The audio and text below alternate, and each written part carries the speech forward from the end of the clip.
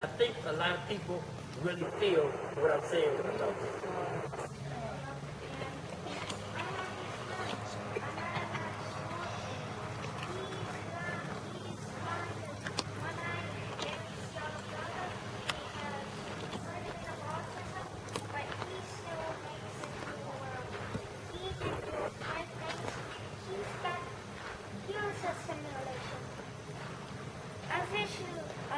A kid in my class, he's fully vision, and Keegan, he's autism. He's visually impaired.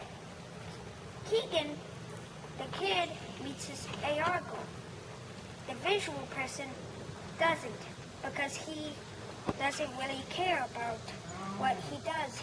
He thinks he's just fine the way he thinks he is because of that, and I've tried talking to him, and Keegan has improved the years I've known him. And so has his brothers and his younger brothers. They've all improved, and I'm happy to say that I'm happy to say that I know they will make it through this well and show everybody it doesn't matter what you are, what you have, it just matters how you think and how you act.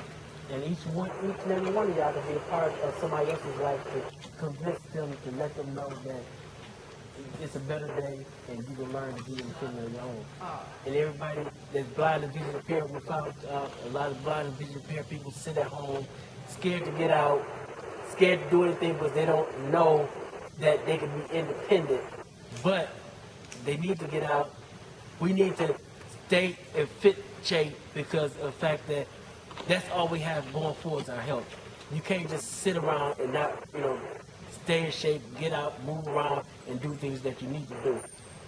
So, for everybody, I know everybody here active. You can see everybody's here active.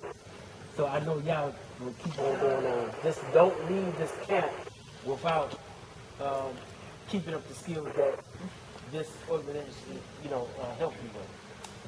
And the work that Terry and Nick done for y'all is a wonder. So just don't let that go to waste. Keep that going.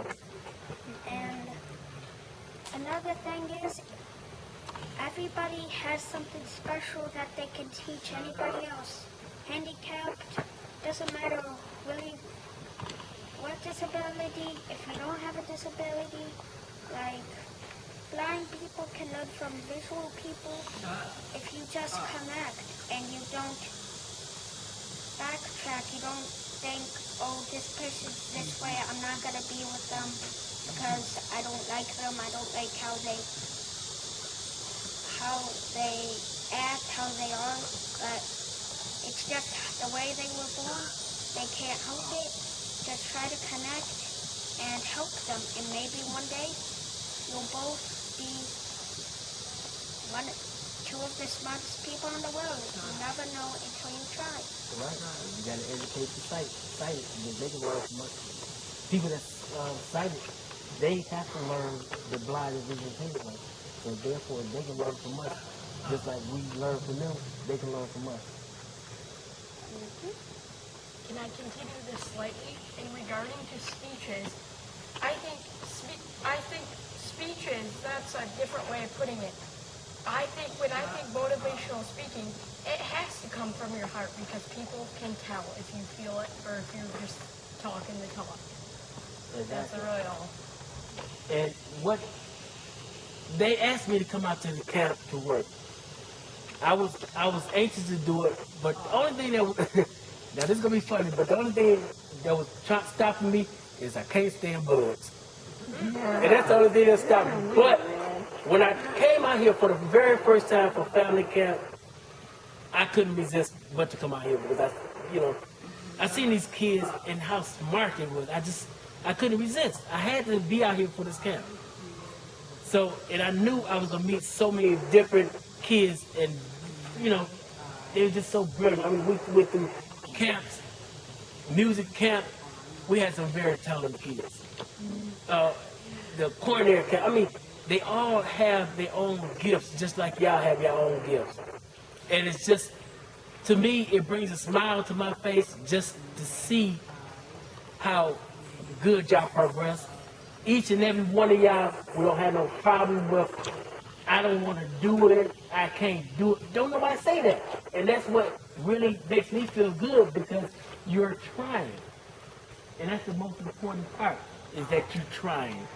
And as long as you try, you can get a long ways in life.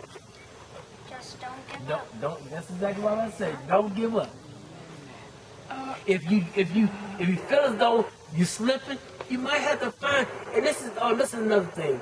If you have to, keep in touch with somebody else vision impaired or blind, because only another blind and vision impaired person can feel what you going through. You can talk to a sighted person. They can be like, oh, I know what you feel or how you feel. No, they don't know how you feel. They can't know how you feel. And I have people that I met at the center that go through the same thing, and they end up calling me because I know what they go through. I know what they feel. So therefore, they have to call another blind, vision impaired person to talk to that person to find, to find some kind of relief. Just to, even if it's just to call and laugh on the phone, or to talk about something blind and vision impaired. But it makes you feel good when you talk to somebody else that's vision impaired and blind, to satisfy you from getting so stressed out or upset. So if it's possible, I would, if it's possible, the mothers, you ask your mother, can you keep somebody contact, or, to keep in touch with somebody, a friend, like, say, like, for example, Logan and Zachariah. They keep in touch with them. At least somebody else that's blind and vision impaired. When I was in Muskegon, I felt like I was the only blind person around. I mean, it was a lot of blind people there, but I didn't know them. I never seen another blind person, and I felt lost. But when I got to the train center, I seen how many blind and vision impaired people there was, and I'm like, wow, this is a different world now. I know it's some blind and vision impaired people here, and now it kind of lifted a burden off my back, because now I know I'm not the only blind, vision impaired person in the world. And that what kept me strong. That what kept me focused and kept me going on. And then it made me want to help some people that don't know as much as I do. And then people that knew more than I knew, I learned from them. And that's how we got to do it. That's the only way we can do it. Because if you don't, you're going to sit back and you're going to be miserable. And you're not going to be nowhere independent. We have family that we want to depend on, but you can't depend on your family your whole life. You have to have some independence. Of course, your family will help you sometime, but if you want them to do everything for you every day, 24 hours a day, 7 days a week, every 12 months a year, 365 days a year, no, it's not going to happen. You're going to be depressed, you're going to be down, you're going to be mad, you're going to be upset. So the best thing to do is find some way to start building up your independence on your own, and show your family, friends that I am independent in these ways, and you don't have to help me this way. I ride around. If I don't have a ride, I have the Metro Transit bus in Grand Rapids taking me different places. I don't have to sit around calling people waiting and say, can you take me? And they don't answer the phone, or I can't do it right now.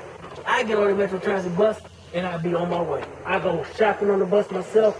I go to my meetings on my own. I go to work on my own. So I'm very independent. I stay at home by myself. I do my own washing. I learned how to cook some. The only thing I can't do is read my mail. And I have somebody read my mail every once in a while. But other than that, I pay my own bills. So I'm a very independent person. And I want each and every one of y'all to be independent. I mean, when you get older, you want to be independent where you can live on your own if you have to, if you want to. Some people don't want to live with nobody. They want to live on their own. This is an opportunity for you to start being independent and start learning how to live on your own and do your own bills and this and that, so that you won't have to go through that when you get older. Because it's not fun when you get older and don't have no independence in your life and have to depend on other people, because you know what? You're going to be on their time, not your time. And it's going to make you miserable and mad. And I've been there, done that, and I'm not there no more.